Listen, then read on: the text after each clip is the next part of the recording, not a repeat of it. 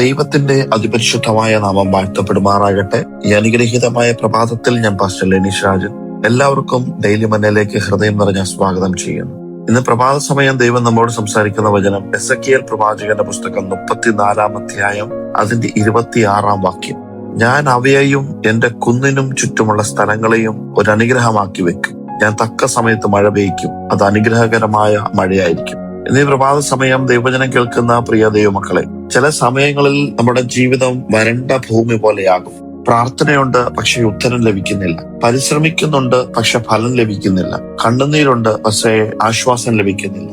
Israel ജനവും അങ്ങനെ ഒരു അവസ്ഥയിലൂടെയായിരുന്നു കടന്നുപോയത്. തെറ്റായ ഇടയന്മാർ ജനത്തെ ചിതറിച്ചു. ബലഹീനരെ കരുതിയില്ല. മുറിവേറ്റവരെ സൗഖ്യമാക്കിയില്ല. ജനങ്ങൾ ഭയത്തിലും ക്ഷാമത്തിലുമൊക്കെ ജീവിച്ചു തുടങ്ങി. പക്ഷെ ആ ഇരുണ്ട സാഹചര്യത്തിനിടയിൽ ദൈവം ഒരു മഹത്തായ വാഗ്ദാനം നൽകി. എന്താണ് ആ വാഗ്ദാനം? അനുഗ്രഹത്തിന്റെ മഴകൾ ഉണ്ടാകും. ഞാൻ അവരെ അനുഗ്രഹമാക്കും. ദൈവം ഇവിടെ പറയുന്നത് ഞാൻ അവർക്ക് അനുഗ്രഹം കൊടുക്കുമെന്നല്ല, ഞാൻ അവരെ തന്നെ അനുഗ്രഹമാക്കുമെന്നാണ്. അതായത് ദൈവം നിങ്ങളുടെ ജീവിതം മാറ്റി മറ്റുള്ളവർക്ക് അനുഗ്രഹമാകുന്ന നിലയിലേക്ക് കൊണ്ടുപോകും. ഒരിക്കൽ കരഞ്ഞവൻ ആശ്വാസത്തിന്റെ ശബ്ദമാകും. ഒരിക്കൽ തകർന്നവൻ ശക്തിയുടെ സാക്ഷിയാകും. ഒരിക്കൽ ശൂന്യനായവൻ അനുഗ്രഹത്തിന്റെ പാതയാകും. ദൈവം വെറും നിങ്ങളുടെ അവസ്ഥയല്ല മാറ്റുന്നത്, ദൈവം നിങ്ങളുടെ ഐഡന്റിറ്റി തന്നെ മാറ്റിമറിക്കും. ഇവിടെ പറയുന്നു, എന്റെ പർവ്വതത്തിന്റെ ചുറ്റുമുള്ള സ്ഥലങ്ങൾ. ബൈബിളിൽ പർവ്വതം എന്നത് ദൈവ സാന്നിധ്യത്തിന്റെ പ്രതീകമാണ്. ദൈവം വസിക്കുന്ന സ്ഥലം, ദൈവം ഭരിക്കുന്ന സ്ഥലം, ദൈവത്തിന്റെ നാമം മഹത്വപ്പെടുന്ന സ്ഥലം. അതാണ് ബൈബിളിൽ പർവ്വതം എന്ന് പറയുന്നത്. ഇവിടെ ദൈവം പറയുന്നത്, എന്റെ സാന്നിധ്യം ഉള്ളിടത്ത് വരൾച്ച നീണ്ടു നിൽക്കത്തില്ല. അപ്പൊ ദൈവത്തിന്റെ സാന്നിധ്യം ഒരു സ്ഥലത്തെ തന്നെ മാറ്റിക്കളയും. ഭയമുള്ളിടത്ത് സമാധാനം വരും. ചെതറിപ്പോയിടത്ത് ഐക്യത വരും. വരണ്ടിടത്ത് ജീവൻ പൊങ്ങി വരും. ദൈവം നിങ്ങളെ മാത്രമല്ല, നിങ്ങളുടെ വീടിനെയും നിങ്ങളുടെ കുടുംബത്തെയും നിങ്ങളുടെ ചുറ്റുപാടുകളെയും ഒക്കെ അനുഗ്രഹിക്കാൻ ശക്തനാണ്. അതത് കാലത്തിൽ മഴ പെയ്യ്ക്കുമെന്നാണ് തിരുവചനത്തിൽ എഴുതിയിരിക്കുന്നത്. ഇവിടെ ദൈവം പറയുന്ന ഒരു റാൻഡം ബ്ലെസ്സിങ് അല്ല, ശരിയായ സമയത്ത് വരുന്ന ഒരു അനുഗ്രഹത്തെ കുറിച്ചാണ്. ഒരു കർഷകന് തക്ക സമയത്ത് ലഭിക്കുന്ന മഴ ആ കർഷകനൊരു ജീവനാണ്.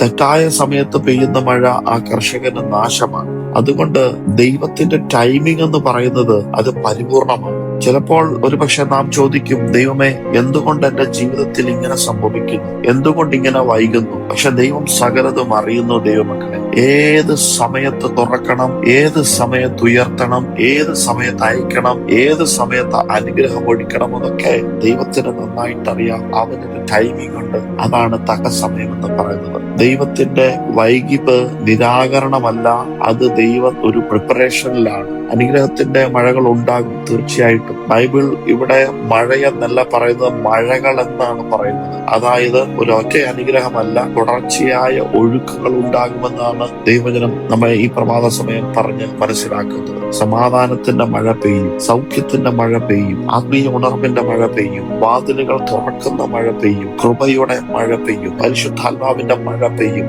ദൈവം ചെറിയ തുള്ളികൾ മാത്രമല്ല കൊടുക്കുന്നത്, അവൻ അല്ലെ സകല അനുഗ്രഹത്തെയും ഓവർഫ്ലോ ചെയ്യിപ്പിക്കുന്ന നിലവാരത്തിൽ അനുഗ്രഹത്തിന്റെ മഴകളെ അയക്കാൻ പോവുകയാണ്. God restores what bad leaders destroyed. Ezekiel 34 തെറ്റായ ഇടയന്മാർ ജനത്തെ നശിപ്പിച്ചു. പക്ഷെ ദൈവം പറയുന്നു, ഇനി ഞാൻ തന്നെയാണ് ഇടയൻ. മനുഷ്യർ തകർത്തത് ദൈവം പുനഃസ്ഥാപിക്കും. അതെ, ഗോഡ് റെസ്റ്റോർ ചെയ്യും. അതെ, ദൈവം പുനഃസ്ഥാപിക്കാൻ പോവുകയാണ്. തകർന്ന ആത്മാവിനെ പുനഃസ്ഥാപിക്കും. നഷ്ടപ്പെട്ട വർഷങ്ങളെ പുനഃസ്ഥാപിക്കാൻ പോവുകയാണ്. വരണ്ട നിങ്ങളുടെ പ്രാർത്ഥനാ ജീവിതത്തെ പുനഃസ്ഥാപിക്കാൻ പോവുകയാണ്. ചിതറിപ്പോയ ചില കുടുംബ ജീവിതത്തെ ദൈവം വീണ്ടും പുനഃസ്ഥാപിക്കാൻ പോവുകയാണ്. ദൈവത്തിന്റെ കൈ തൊട്ടാൽ വീണ്ടും പുതുജീവൻ അവിടെ പകരും. ഹല്ലേലൂയ.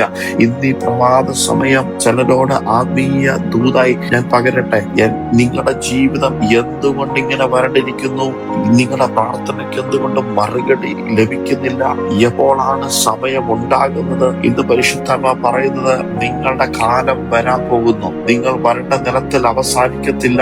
ദൈവം നിങ്ങളുടെ മേൽ അനുഗ്രഹത്തിന്റെ മഴ പെയ്യ്ക്കും. നിങ്ങൾ വെറും ഒരു അനുഗ്രഹം സ്വീകരിക്കുന്നവരായിട്ടല്ല, അനുഗ്രഹത്തിന്റെ ഉറവയായി മാറ്റാൻ പോവുകയാണ്. ഹല്ലേലൂയ. എസെക്കിയേൽ 34:26 നമ്മെ പഠിപ്പിക്കുന്നത്, ദൈവം തന്റെ ജനത്തെ ഉപേക്ഷിക്കത്തില്ല. ദൈവത്തിന്റെ സാന്നിധ്യം വരൾച്ച മാറ്റും. ദൈവത്തിന്റെ അനുഗ്രഹം തക്ക സമയത്തുണ്ടാകും. അതുകൊണ്ട് ഇന്ന് ഈ പ്രഭാത സമയം ഓർക്കുക, വരൾച്ച എന്ന് പറയുന്നത് ഒരു അവസാന വാക്കല്ല, അത് ദൈവത്തിന്റെ അനുഗ്രഹം മഴയാണെന്ന് നിങ്ങൾ കരുതുക. ദൈവത്തിന്റെ അനുഗ്രഹത്തിന്റെ മഴയാണ് അവസാന വാക്ക്. ഒരു ദിവസം നിങ്ങളുടെ മരുഭൂമി പോലും സാക്ഷ്യം പറയാൻ തുടങ്ങും. ദൈവം ഇവിടെ മഴ പെയ്ച്ചുവെന്ന് നിങ്ങൾ പറയും. അതുകൊണ്ട് ദൈവത്തിങ്കിലേക്കുള്ള പ്രത്യാശ നഷ്ടപ്പെടുത്താതെ, അല്ലിയ അവസ്ഥകളെ കുറ്റം പറയാതെ, ദൈവത്തിങ്കിലേക്കൊന്ന് നിങ്ങളുടെ മനസ്സൊന്ന് ഉയർത്തിയ, ദൈവത്തിങ്കിലേക്ക് നിങ്ങളുടെ ഹൃദയമൊന്ന് പകർന്ന, ദൈവം നിങ്ങളുടെ സ്ഥിതികളെ മാറ്റുവാൻ ഇന്നും ശക്തൻ. നമുക്ക് ഒരുമിച്ച് പ്രാർത്ഥിക്കാം. എന്റെ ജീവിതത്തിലെ എല്ലാ വരണ്ട സ്ഥലങ്ങളിലേക്കും എന്റെ അനുഗ്രഹത്തിന്റെ മഴയൊന്ന് പെയ്യിക്കണം. എന്റെ ഹൃദയത്തെ ഒന്ന് പുതുക്കണം. എന്റെ ആത്മാവിനെ ഉണർത്തണം. എന്റെ ജീവിതത്തിന്റെ മറ്റുള്ളവർക്ക് ഒരു അനുഗ്രഹമാക്കി ഒന്ന് തീർക്കണം. തക്ക സമയത്ത് അവിടുത്തെ അനുഗ്രഹത്തിന്റെ മഴ ഞങ്ങളിലേക്കൊന്ന് പകരണം. ഞങ്ങളുടെ പ്രാർത്ഥന കേട്ടതിനായി സ്തോത്രം. യേശുവിൻ നാമത്തിൽ തന്നെ ആമേൻ. ഇതുവരെയും വചനം ശ്രവിച്ച എല്ലാവരും ദൈവം ധാരാളമായി അനുഗ്രഹിക്കട്ടെ. ആമേൻ. Blessed day.